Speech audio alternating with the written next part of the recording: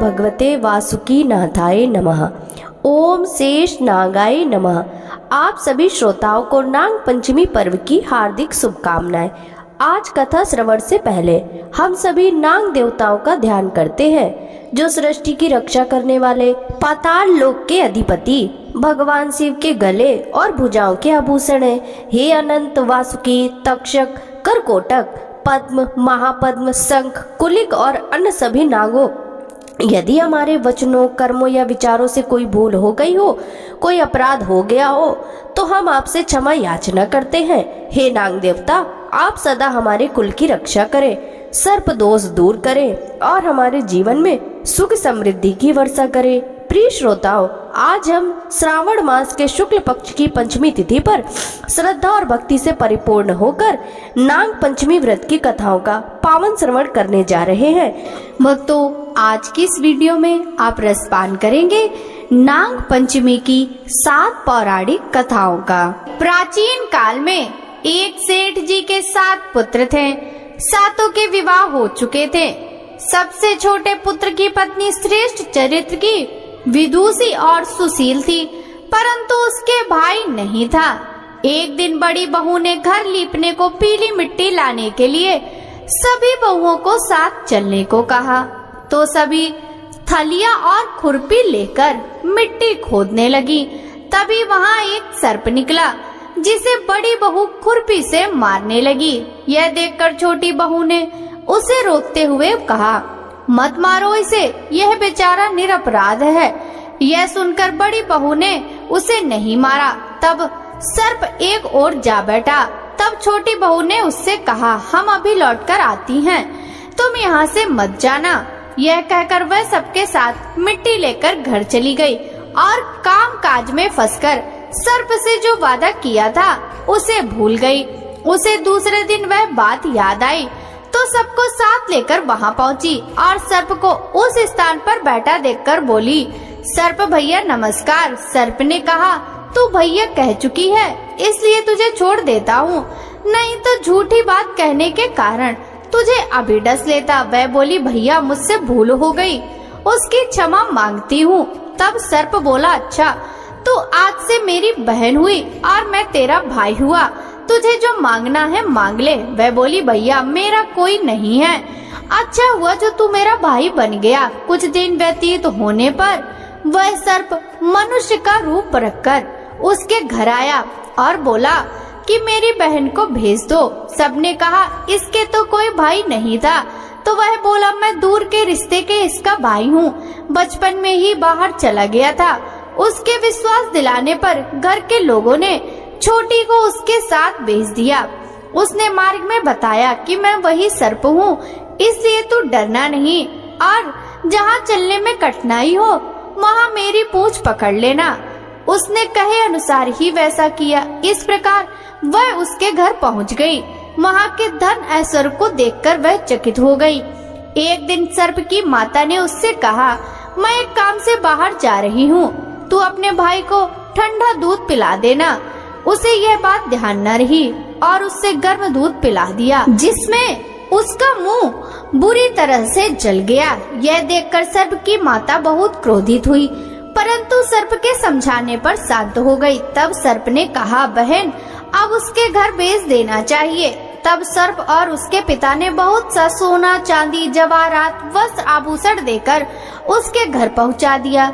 इतना ढेर सारा धन देखकर बड़ी बहू ने ईर्ष्या से कहा, भाई तो बड़ा धनवान है, तुझे तो उससे और भी धन लाना चाहिए। सर्प ने यह वचन सुना तो सब वस्तुएं सोने की लाकर दे दी। यह देखकर बड़ी बहू ने कहा, इन्हें झाड़ने की झाड़ू भी सोने की ही होनी चाहिए। तब सर्प ने झाड़ू भी सोने की लाकर रख दी। सर्प ने छोटी बहू को हीरा मणियों का एक अद्भुत हार दिया था। उसकी प्रशंसा उस देश की रानी ने भी सुनी। वह राजा से बोली कि सेठ की छोटी बहू का हार यहाँ आना चाहिए। राजा ने मंत्री को हुक्म दिया कि उससे वह हार लेकर शीघ्र उपस्थित हो। मंत्री ने सेठ जी से जाकर कहा कि महारानी जी छोटी बहू का हार पहनेंगी, वह उससे लेकर मुझे दे दो।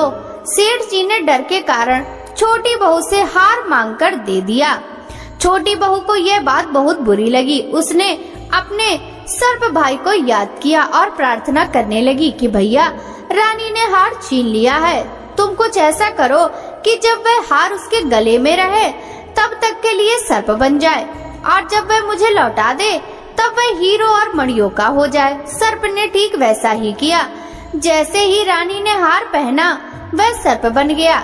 यह देखकर रानी चीख पड़ी और रोने लगी। यह देखकर राजा ने सेठ के पास खबर भेजी कि छोटी बहू को तुरंत भेजो। सेठ जी डर गए कि राजा न जाने क्या करेगा। वे स्वयं छोटी बहू को साथ लेकर उपस्थित हुए। राजा ने छोटी बहू से पूछा, तूने क्या जादू किया है? मैं तुझे दंड दूंगा। छोटी बहू बोली, राजन, धृष्टता क्षमा कीजिए, यह हार ऐसा ही है कि मेरे गले में हीरो और मणियों का रहता है, दूसरे के गले में सर्प बन जाता है। यह सुनकर राजा ने वह सर्प बना हार उसे देकर कहा, अभी पहन कर दिखाओ। छोटी बहू ने जैसे ही उसे पहना वैसे ही हीरो मणियों का हो गया। यह देखकर राजा को उसकी बात का विश्वास हो गया और उसने प्रसन्न होकर उसे बहुत सी मुद्राएं भी पुरस्कार में दे दी। छोटी बहू वह अपने हार और इन सहित घर लौट आई। उसके धन को देखकर बड़ी बहू ने ईर्ष्या के कारण उसके पति को सिखाया कि छोटी बहू के पास कहीं से धन आया है। यह सुनकर उसके पति ने अपनी पत्नी को बुलाकर कहा, ठीक ठीक बता कि यह धन तुझे कौन देता है। तब वह सर्प को याद करने लगी। तब उसी समय सर्प ने प्रकट होकर कहा, यदि मेरी धर्म बहन के आचरण पर संदेह प्रकट करेगा तो मैं उसे खा लूंगा। यह सुनकर छोटी बहू का पति प्रसन्न हुआ और उसने सर्प देवता का बड़ा सत्कार किया। उसी दिन से नाग पंचमी का त्योहार मनाया जाता है और स्त्रियां सर्प को भाई मानकर उसकी पूजा करती हैं। बोलिए नाग देवता की जय हो। सावन कृष्ण पंचमी को नाग पंचमी कहते हैं। कहीं कहीं पर यह त्योहार श्रावण शुक्ल पंचमी को मनाया जाता है। नाग पंचमी हिंदुओं का पावन पर्व है। इस दिन महिलाएं नाग देवता की पूजन करती हैं और नाग देवता को भोग लगाती हैं। नाग पंचमी के दिन आटे में हल्दी मिलाकर नाग बनाएं और उसका पूजन करना चाहिए। सुगंधित पुष्प तथा दूध सर्पों को प्रिय होता है, इसलिए यह वस्तुएं अर्पित करें और व्रत के दिन नाग पंचमी की कहानी सुननी चाहिए। नाग पंचमी को प्रसाद के रूप में भुने हुए जौ और भुने हुए चने वितरित किए जाते हैं। इस दिन नाग पंचमी की कहानी या नाग पंचमी व्रत कथा सुनने से व्रत का पूर्ण फल प्राप्त होता है। एक नगर में सेठ जी रहते थे। उनके 7 बेटे और बहुएं थी। इन 7 बहुओं में से 6 बहुओं के तो पीहर थे, लेकिन 7वीं बहू के पीहर नहीं था। जब वह गर्भवती हुई तो उसे घेवर खाने की इच्छा हो रही थी। उसके पीहर नहीं था तो उसने एक घेवर चुराकर पानी भरने गई, तब ले गई। वहां जाकर पेड़ के नीचे घेवर रख दिया और सोचा कि पानी भरकर आराम से घेवर खा लूंगी। जब वह पानी भरकर घेवर लेने गई तो वहां घेवर नहीं मिला। उस पेड़ के पास एक बांबी थी, उसमें एक नागिन रहती थी। वह नागिन भी उस समय गर्भवती थी। घेवर को देखकर नागिन की इच्छा उसे खाने की हुई और उसने घेवर खा लिया। उस नागिन ने सोचा कि यदि साहूकार की बहू मुझे गाली देगी तो मैं उसे डस लूंगी और यदि कुछ नहीं कहेगी तो इस बिना पीहर की को पीहर दिखा दूंगी। साहूकार के बेटी की बहू ने कहा, यदि शायद कोई मेरी जैसी ही होगी जिसने यह घेवर खा लिया। ऐसा सुनकर नागिन बहुत खुश हुई और उसने अपने बेटों से कहा कि तुम इंसान का रूप बनाकर जाओ और साहूकार के बेटे की बहू को लेकर आओ। नागिन के बच्चे इंसान का रूप बनाकर साहूकार के घर चले गए। वहां जाकर उन्होंने कहा कि हम हमारी बहन को लेने आए हैं। तब सास ने कहा कि पहले तो कभी नहीं आए, इतने दिन कहा थे। तब उन्होंने कहा कि जब हमारी बहन का जन्म हुआ तब हम नानी के घर थे और शादी हुई तब हम परदेश कमाने के लिए गए हुए थे। उन लड़कों ने बहुत सारे कपड़े, गहने और मिठाइयाँ बहन के सास और जेठानियों के लिए ले गए थे। सास अत्यंत प्रसन्न थी और जेठानियाँ उसे देखकर जल कुड़ रही थी। सास ने बहू को उनके साथ में भेज दिया। बामी के पास जाकर उन्होंने कहा, बहन हम नाग हैं। उस दिन जब तुमने पेड़ के नीचे घेवर रखा था तब तुम्हारा घेवर हमारी माँ ने ही खाया था। उन्होंने तुम्हें अपनी बेटी माना है, इस नाते से तुम हमारी बहन हुई। बहन अब तुम हमारी पूंछ को पकड़ लो और डरना मत। उनके कहने पर वह पूंछ पकड़कर बामी में चली गई। वहाँ पर उन्होंने उसे बहुत लाड प्यार और सुख से रखा। वहीं पर उसने एक लड़के को जन्म दिया। जब उसका लड़का थोड़ा बड़ा हुआ तब की बात है, पड़ोसन ने साहूकार के बेटे की बहू को सिखा दिया कि अगर तू तेरी माँ की इतनी ही लाडली है तो तेरी माँ से कहना कि आज से नागों को दूध मैं ही पिलाऊंगी। पड़ोसन का ताना उसे सहन नहीं हुआ। वह माँ से जिद करके नागों को दूध ठंडा करने लगी। अब तक दूध ठंडा नहीं हुआ था, उससे पहले ही उसके बेटे ने घंटी बजा दी। घंटी की आवाज सुनकर छोटे बड़े सारे नाग दूध पीने के लिए दौड़ पड़े। जब उन्होंने दूध में मुंह लगाया तो नागों का मुंह बहुत बुरी तरह से जल गया। तब नाग क्रोधित होकर बोलने लगे कि हम बहन को काटेंगे। उसकी माँ ने उन्हें समझाते हुए कहा कि उसे मत काटो, यह तुम्हें आशीष देगी। थोड़े दिन बीत जाने के बाद पड़ोसन ने फिर से ताना मारा कि यदि तेरी माँ तुझ पर विश्वास करती है तो तुझे 7वें कोटे को चाबी देती। उसने माँ से जिद करके चाबी ले ली और जब ताला खोला तो अंदर झूले में बाबा नाग झूल रहे थे। उसने बाबा नाग से कहा, सत सिया राम बाबा। उन्होंने कहा कि तूने सत सिया राम कर लिया, वरना मैं तुझे डस लेता। तब उसने कहा कि आप तो मेरे पिता हो, मुझे कैसे डर सकते हो। नाग देवता ने उसको 9 करोड़ का हार दे दिया। माँ ने अपने बेटों से कहा, बाई तो अब बड़े घरों में हाथ डालने लगी है, उसे घर पहुँचा दो। नागों ने साहूकार के बेटे की बहू को बहुत से गहने कपड़े दिए और ससुराल पहुँचा दिया। थोड़े दिन की बात है, उसका बच्चा झाड़ू तोड़ रहा था। ताई ने कहा, झाड़ू मत तोड़, इतने तोड़ने का शौक है तो तेरे नाना मामा के यहाँ से लाया होता। सांपों ने सुन लिया। माँ से जाकर कहा, माँ ने कहा 2 झाड़ू सोने की बनवाओ, 2 चांदी की बनवाओ और दे आओ।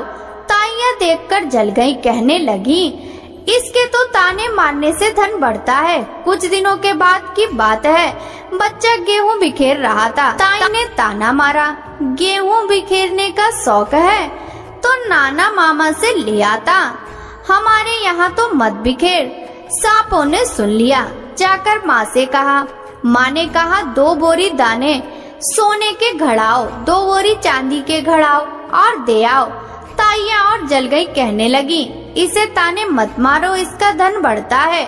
छोटी जिठानी लकड़ी लेने गई, वहाँ सांप था। उसने सोचा सबसे छोटी को भेजना चाहिए, सांप उसे खा जाएगा तो मुसीबत मिट जाएगी। छोटी बहू लकड़ी लेने गई तो वहाँ सांप बैठा था। बोली, भैया राम राम। सांप ने झट से बिछुए दे दिए, पहनकर छम छम करती चली आई।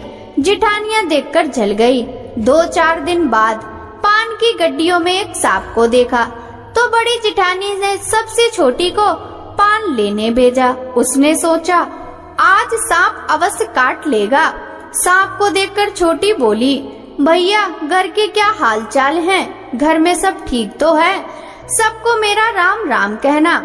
सांप ने मुंदड़ी पहना दी। जिठानियाँ फिर जल कुड़ गई। उसका पति दुकान से आया, तब सिखा दिया कि तेरी बहू के तो सांप बिच्छू से दोस्ती है। साहू का बेटा अपनी बहू से रात को कहने लगा, सच सच बता, सांप बिच्छू तेरे क्या लगते हैं जो तुझे काटने के बजाय गहने देते हैं? बहू ने कहा, वो तो मेरे भाई भतीजे लगते हैं। फिर उसने सारी बात अपने पति को बताई। पति ने कहा, तो क्या तेरे भाई भतीजे तुम्हें ही बुलाते हैं? कभी अपने जवाई को यानी हमें तो बुलाते नहीं। आने कोने में छुपे सांपों ने बात सुन ली तो जाकर अपनी माँ से कहा। माँ ने कहा, दोनों को बुला लाओ। वे इंसान का रूप बनाकर दोनों को व बच्चों को बुला लाए।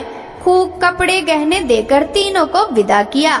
ऐसा समर्थ पीहर नाग पंचमी की कहानी कहने वालों, नाग पंचमी की कहानी सुनने वाले सबको मिले। जैसे अनपीहरी को पहले रही थी, किसी को भी ना रखे। बोलिए नाग देवता की जय हो। एक बार किसी गांव में एक किसान रहता था। किसान के एक बेटी और 2 बेटे थे। किसान बहुत मेहनती था। अपने परिवार को पालन पोषण के लिए वो खुद हल चलाता था। एक दिन हल जोतते हुए किसान ने गलती से एक नागिन के अंडे को कुचल दिया। सभी अंडे नष्ट हो गए। नागिन खेत में नहीं थी। जब वह लौटी तो बहुत गुस्सा हुई और उसने बदला लेने की ठानी। नागिन ने कुछ ही समय बाद किसान के बेटे को डस लिया, जिससे दोनों की मौत हो गई। नागिन किसान की बेटी को भी डसना चाहती थी, लेकिन वो घर पर नहीं थी। अगले दिन नागिन फिर किसान के घर आई तो देखकर बहुत हैरान हुई, क्योंकि किसान की बेटी ने नागिन के सामने एक कटोरी में दूध रख दिया और नागिन से माफी मांगने लगी। किसान की बेटी के इस रवैये से नागिन बहुत खुश हुई और नागिन ने दोनों भाइयों को जीवित कर दिया। यह घटना श्रावण शुक्ल की पंचमी को हुई थी। यही कारण है कि इस दिन नागों की पूजा की जाती है। बोलिए नाग देवता की जय हो। एक राजा की रानी गर्भवती थी। उसने जंगल से फल लाने की इच्छा व्यक्त की। राजा वन से करेली तोड़ने लगा। तभी वहाँ नाग देवता आ गए और कहा, तुमने मेरी आज्ञा के बिना करेली क्यों तोड़ी? राजा ने क्षमा मांगी, लेकिन नाग देवता ने एक ना सुनी। राजा ने नाग देवता से कहा कि मैंने अपनी रानी को वचन दिया है, इसलिए वो करेली को घर ले जाना चाहते हैं। नाग देवता ने कहा, ठीक है ले जाओ, लेकिन इसके बदले में तुम्हें अपनी पहली संतान मुझे देनी पड़ेगी। राजा को कुछ समझ नहीं आया कि क्या करे। राजा ने वचन दिया और घर आ गया। घर आकर राजा ने रानी को सारी बातें बताई। रानी ने एक बेटे और एक बेटी को जन्म दिया। कुछ ही दिनों में नाग राजा के घर संतान लेने पहुंचा। राजा ने कहा कि पहली संतान लड़की हुई थी, लड़की के मुंडन के बाद आना, तभी दूंगा। राजा की बात मानकर नाग वहां से चला गया। नाग फिर आया। राजा ने कहा नाग को कि शादी के बाद आना, लेकिन नाग ने सोचा कि शादी के बाद तो पिता का पुत्री पर कोई अधिकार नहीं रहता, इसलिए नाग ने लड़की को उठा ले जाने की योजना बनाई। एक दिन नाग राजा की बेटी को उठाकर ले गया और राजा को बता दिया। राजा ने जैसे ही बेटी को ले जाने की बात सुनी तो राजा की उसी समय मौत हो गई। राजा की मौत की खबर सुनकर रानी भी मर गई। अब घर में राजा का लड़का अकेला रह गया। राजा के बेटे को उसके रिश्तेदारों ने लूट लिया और भिखारी बना दिया। राजा का बेटा भीख मांगने लगा। एक दिन भीख मांगते हुए राजा का लड़का नाग के घर पहुंचा तो उसकी बहन ने उसे पहचान लिया और फिर दोनों भाई बहन प्रेम पूर्वक रहने लगे। तभी से नाग पंचमी का त्योहार मनाया जाता है। बोलिए नाग देवता की जय हो। नाग पंचमी की पौराणिक कथा के अनुसार एक राजा के 7 पुत्र थे। उन सभी के विवाह हो चुके थे। उनमें से 6 पुत्रों को संतान हो चुकी थी, लेकिन राजा के सबसे छोटे पुत्र को अब तक कोई संतान नहीं थी। इस वजह से राजा की पुत्रवधी को अक्सर उनकी जेठानी बांझ कहकर ताना मारती थी। यह सुनकर राजा की पुत्रवधू बहुत दुखी रहती थी। एक दिन उसने अपने पति से कहा, दुनिया मुझे बांझ कहकर पुकारती है। यह सुनकर उसके पति ने कहा, तुम इस पर बिल्कुल ध्यान मत दो, तुम अपनी दुनिया में प्रसन्न रहो। पति की बात सुनकर उसे सांत्वना मिली, लेकिन फिर भी लोगों की बातों को सुनकर वह अक्सर दुखी हो जाती थी। एक दिन नाग पंचमी का पर्व आ गया। चौथे की रात को राजा की पुत्रवधू को सपने में 5 नाग दिखाई दिए। उनमें से एक नाग ने उससे कहा, हे पुत्री, कल नाग पंचमी है, अगर तू हमारा पूजन करेगी तो तुझे पुत्र रत्न की प्राप्ति होगी। यह सुनकर राजा की पुत्रवधू बहुत प्रसन्न हुई और उसने अपने पति से जाकर सारी बातें कही। पति उसकी बात सुनकर बोला, अगर तुम्हें नाग दिखाई दिए हैं तो तो तुम नागों की आकृति बनाकर उसका पूजन करो। सभी नाग देवता ठंडा भोजन ग्रहण करते हैं, इसलिए उन्हें कच्चे दूध चढ़ाओ। नाग पंचमी के दिन राजा की पुत्र वधू ने ठीक वैसा ही किया। नागों की पूजा करने से राजा की पुत्र वधू को 9वें महीने एक सुंदर पुत्र की प्राप्ति हुई। इस तरह से संसार में नाग पंचमी का व्रत विख्यात हो गया। बोलिए नाग देवता की जय हो। नगर का एक सेठ था, उसके 4 पुत्र थे। सभी का विवाह हो चुका था। 3 पुत्र की पत्नियों का मायका बहुत प्रसन्न था। उसे धन धान की कोई कमी न थी, लेकिन चौथी के परिवार में कोई नहीं था। उसका विवाह किसी रिश्तेदार ने किया था। जब अन्य 3 बहुएं अपने घरों से कोई उपहार लाती थीं और छोटी बहू को ताने मारती थीं, लेकिन छोटी बहू स्वभाव से बहुत अच्छी थी। उस पर इन तानों का कोई प्रभाव नहीं पड़ता था। एक दिन बड़ी बहू से सभी बहुओं को साथ चलकर कुछ पौधे लगाने को लिए कहा गया। सभी साथ गईं और बड़ी बहू ने खुरपी से गड्ढा करने के लिए जैसे ही खुरपी को उठाया, उस वक्त वहाँ एक सर्प आ गया। उसे मारने की सोची, लेकिन छोटी बहू ने उसे रोक दिया। कहा, दीदी यह बेजुबान जानवर है, इसे ना मारे। तब सर्प की जान बच गई। कुछ वक्त बाद सर्प छोटी बहू के स्वप्न में आया और उसने कहा, तुमने मेरी जान बचाई है, इसलिए तुम जो चाहो मांग लो। तब छोटी बहू ने सर्प को उसका भाई बनने को कहा। सर्प ने छोटी बहू को अपनी बहन स्वीकार किया।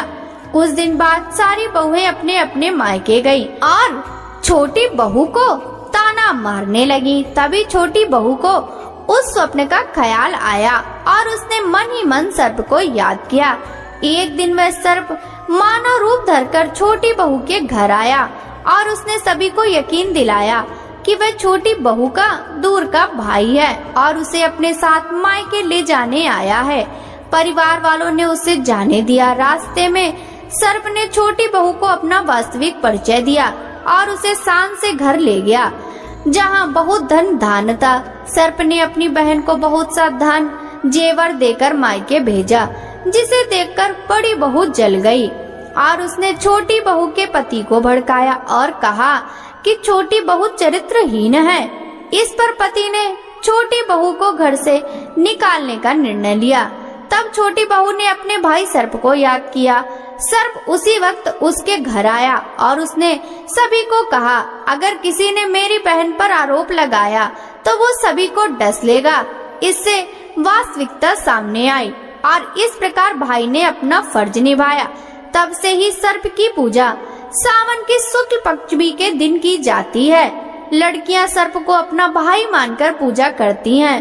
धन धान की पूर्ति हेतु भी सर्प की पूजा की जाती है। बोलिए नाग देवता की जय हो। पौराणिक कथा के अनुसार श्रीहीन हो चुके स्वर्ग को फिर से वैभवशाली बनाने के लिए देवताओं ने असुरों के साथ मिलकर समुद्र मंथन किया। इस दौरान 14 रत्न निकले, जिसमें सफेद रंग का एक उच्च श्रवा नामक अश्व रत्न भी था। महर्षि कश्यप की पत्नी कद्रु और विनता थी।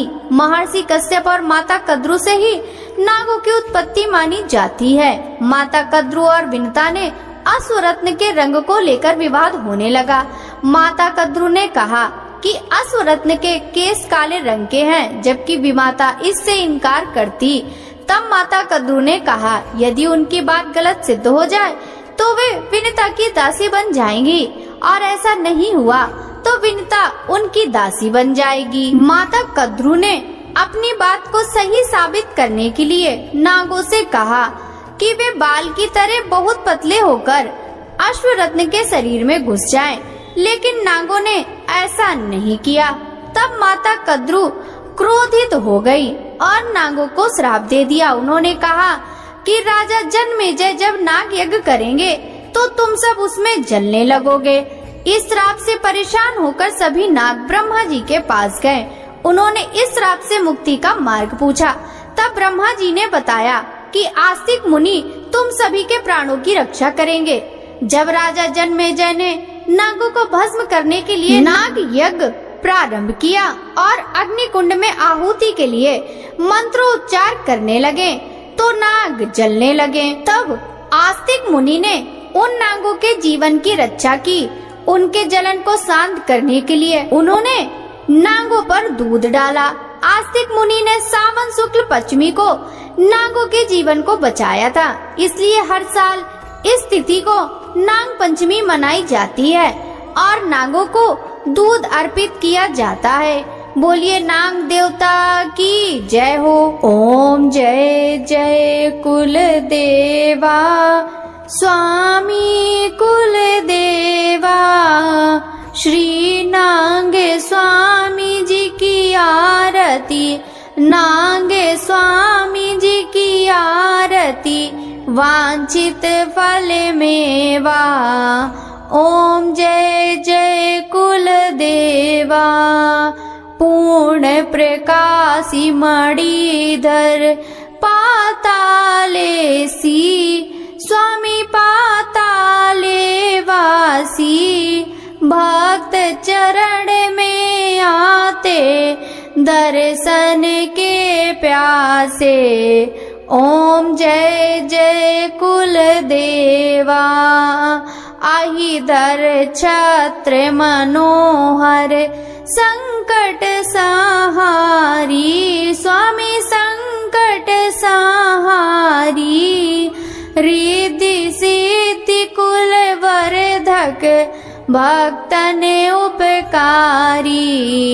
ओम जय जय कुल देवा, दोषी वंशधर सेवा, भक्ति नित्य करते, स्वामी भक्ति नित्य करते, धन धान्य संपत इच्छित फल मिलते। ओम जय जय कुल देवा, सत्यपुर नगर में अपारो पर जो है बारी, स्वामी पर जो है बारी, सेवक पूजा भक्ति विपदा हर नारी। ओम जय जय कुल देवा, ओम जय जय कुल देवा, स्वामी कुल देवा, श्री नागे स्वामी जी की आरती, नागे स्वामी जी की आरती, वांछित फल मेवा। ओम जय जय कुल देवा, बोलिए नाग देवता की जय हो।